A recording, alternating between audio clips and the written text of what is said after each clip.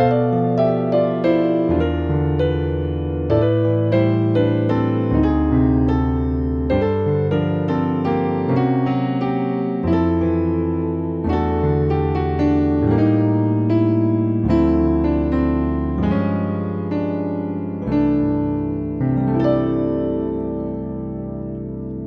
right, hey guys, Robert here from robpsound.com. So, I know you guys have heard those movements before. Now we're going to be focusing on the particular chord that we're doing in between, right? So this is like a passing chord type of lesson, right? Now we're going to be in the key of C major. All right. Now we're doing a 7, 3, 6, 2, 5, 1, 4. So this is heavy on circular movement. All right.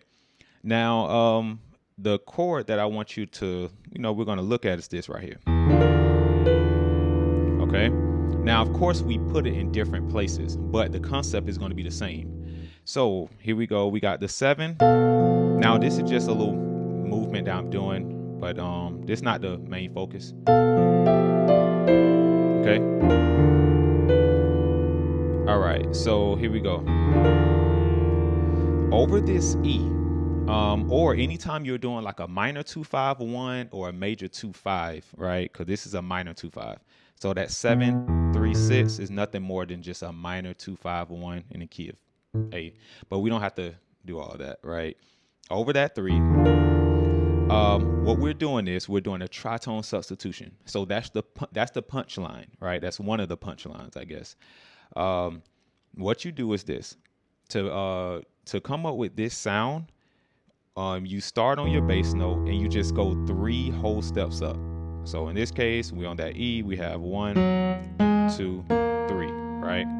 So in that case, we land on that B flat, right? Now we're going to play a major chord, but it's not just going to be a B flat major chord like root position. It's going to be in first inversion. All right. So that's how you get this sound right here. Okay. Now what we do is with that top note, right, we're going to go up 1/2 step, and that's where you get this. Okay.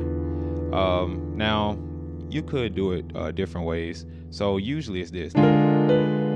Okay.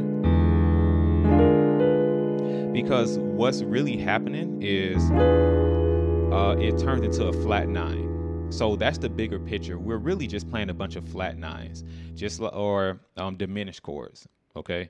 So like let's just say you're doing a 2-5-1. Usually the 2, let's say we're doing in the key of C. 2 is a minor chord. The 5, right, is either a dominant, or you can just play a G7, right? But a lot of times you can play, you can substitute the dominant chord for a diminished. But of course, over that G or over that 5 is a flat 9. Okay, so that's what we're doing. But to give it that extra, I guess, extra spice to the chord, you do this. Okay. All right. So that's what we're gonna do. So the first time I think we did the right. That's going to the 3. Well, from the 3 to the 6. Okay. So that 6 is normal. We just play whatever 6 you want to play.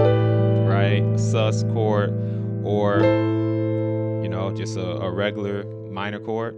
Now once we get to the 2, that's where we're gonna do this. A lot of people do that on the 2. All right, because I want to be able to teach it to you guys so you can do it in every key, honestly anytime you want, as long as you know the concept or the theory behind it.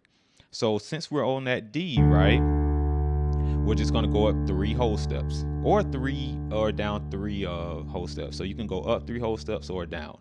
All right. That's how you find that tritone interval. So, all right. So we're going to play an A flat. Now, of course, we're not going to do root. It's going to be first inversion. All right. So that's where I'm coming up with all these melodies, because I just want it to flow. So, all right. So, of course, you can play the tritone for that D bass note. So once you do resolve to that A, of course you get the D7 flat 9, right? Now if I'm doing it by myself without a bass player, a lot of times I do this, right? So sometimes I don't even play that F sharp. But I think at this point you guys understand, the concept behind it though, right? So now we're over the 5. Okay. Like now I am going to go over those little chords that I'm playing in between. So just stay to the end, okay? All right. So over this C, I'm pretty sure you guys already guessed it at this point, right? We're just going up 3 whole steps and playing that major chord in first inversion. So this is the F sharp major first inversion over that C. So this is a really good lesson for beginners that want to sound a little bit more advanced. And then honestly, the people that have been playing this already but didn't really fully understand it, this is something for you too. Okay? Once we do this, once we go up that half step, it's really just implying the flat 9. Okay? Or a flat 9 chord, I'll say. Right? So yeah, these are chords that we already play. Now, sometimes I do this in my left hand. I just play that C and F sharp. Or if you have a bass player, you can do something like, let me see. If you have a bass player. Okay, because this is how it would resolve. So you can do something like that. I'm kind of going through it quick because I think a lot of you guys are probably getting it at this point. And then now we're on the 4. Now, of course, we don't have to keep doing it, right? Because at this point, you kind of get it.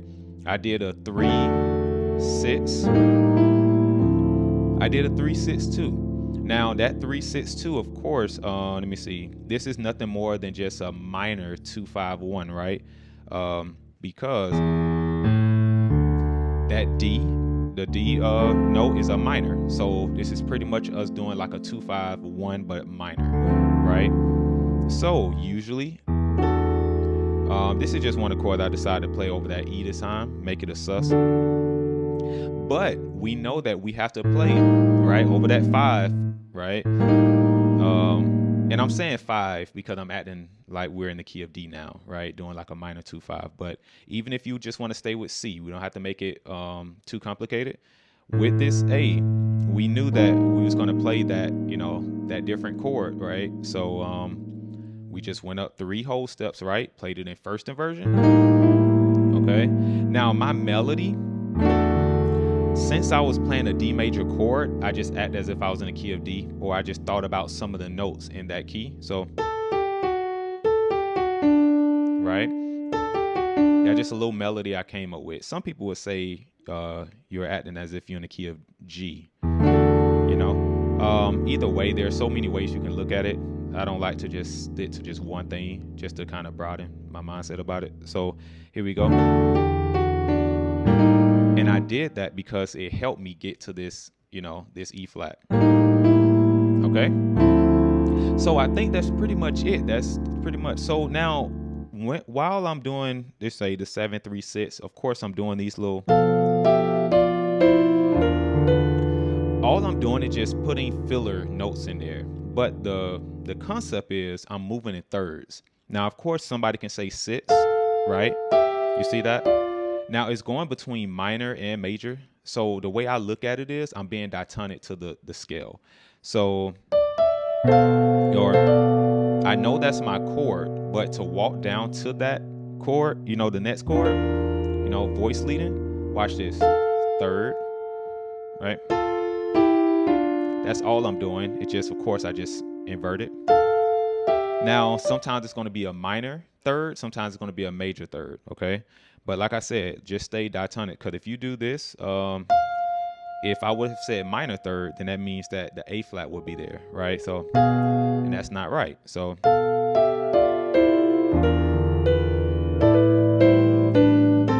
this right here, just 3rds too. Right. Let me see. It just helped me get to my A flat melody note. All right. Now, a lot of times you won't have time for that whole playing the different notes, or let's say you don't want to add those fillers. You could just play the standalone chord. That can also give you a really cool sound. So if I'm going from the 6, let's say I want to go to the 2, right? Or, you know, see what I did? Instead of doing the, I don't have to do all that. I can really just kind of pick my places and say, I'm just going to play the actual chord. I'm not going to resolve it, right? And I'll give you that out of the box sound. So watch this. That's the 5, 1. Watch this, 4. You remember over the 6 I did this? Watch this, over the 6, watch this. You see? I love that. You know, you will turn some heads with that, and you didn't do all this. Now that sounds good though, but still, you can do. Okay. Now I put some extra stuff on there by, you know, adding that grace note. But okay. Now look at this. We know we're going to play a C sharp, right? C sharp major chord. We don't have to play it down here. We can do this.